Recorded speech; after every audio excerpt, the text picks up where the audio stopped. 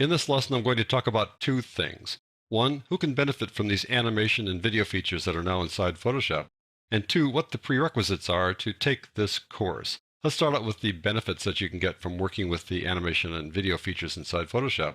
These days, almost every still camera comes with some kind of video feature. It's almost always high definition. From the typical point-and-shoot camera all the way up to the high-end digital single-lens reflex cameras, you've always got these video options. And so folks who have been sort of steeped in still photography are now dipping their toes into the waters of video. So what do you do with that video?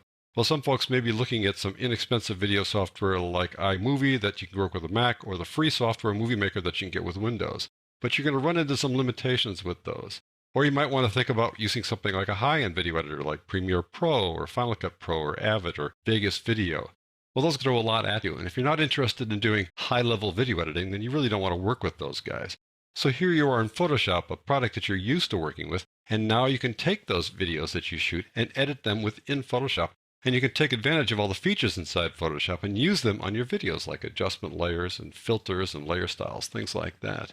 So there are great advantages to working with video inside Photoshop, but if you're a dedicated video editor, you don't want to work with Photoshop. There are too many limitations. But if you just want to do some basic video editing, plus take advantage of all the tools that Photoshop has to offer, then this really is for you. Now, as to whether you should take this course, if you are a complete neophyte with Photoshop, you really shouldn't be taking this course. It's not like this is a high-level part of Photoshop, but I'll be throwing things at you that you've never encountered, and it'll just be too confusing.